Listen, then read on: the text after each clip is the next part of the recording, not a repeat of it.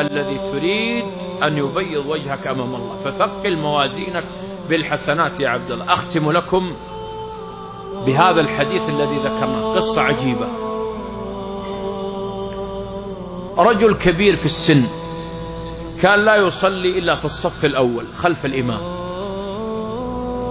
وفي يوم من الأيام بعد صلاة العصر زحف الرجل على مقعدته حتى وصل إلى الإمام، وتعجب الإمام من هذا الرجل الكبير في السن يزحف إليه وهو يسبح الإمام ما زال في الأذكار.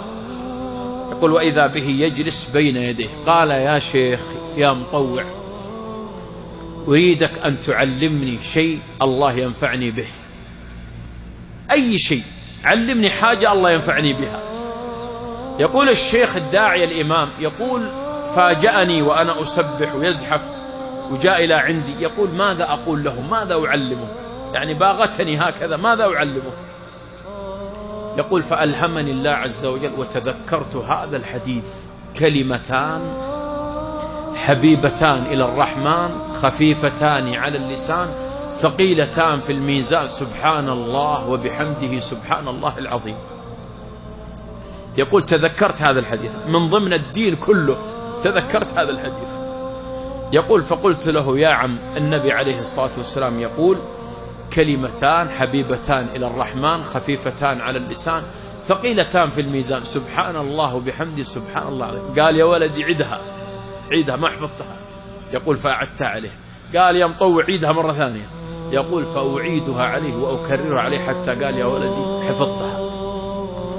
خرج هذا الشايب يا إخوان يدعو بهذه الكلمة إلى الله جل وعلا كلما جلس في مجلس وفي وليمة وفي عزيمة. قال: يا إخواني، النبي عليه الصلاة والسلام يقول: كلمتان حبيبتان إلى الرحمن خفيفتان على اللسان ثقيلتان في الميزان، سبحان الله وبحمده سبحان الله العظيم. يجون البنات من محارمه يسلمون عليه ويسلمون على راسه، يقول: يا بنتي، النبي عليه الصلاة والسلام يقول كلمتان، ويذكر لها الحديث وينشر هذا الحديث. كلما دخل في مجتمع أو جاءه أحد من أقاربه أو زاره في بيته قال هذا الحديث، فأخذ يدعو به إلى الله.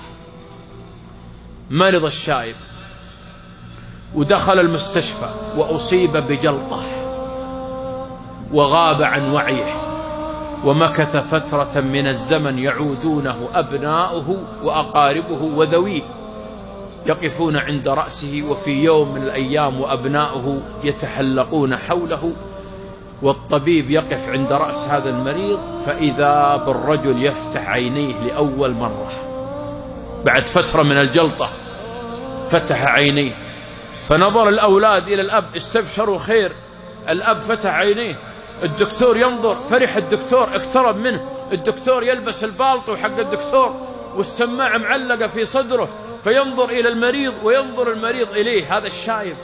فعرف الدكتور، عرفوا من السماعة وعرفوا من البالطو، فقال له: يا دكتور، النبي عليه الصلاة والسلام يقول كلمتان حبيبتان إلى الرحمن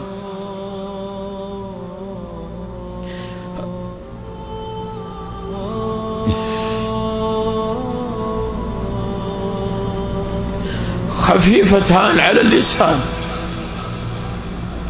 ثقيلتان في الميزان. يا دكتور،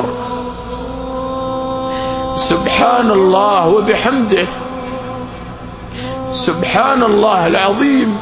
ثم فاضت روحه إلى الله،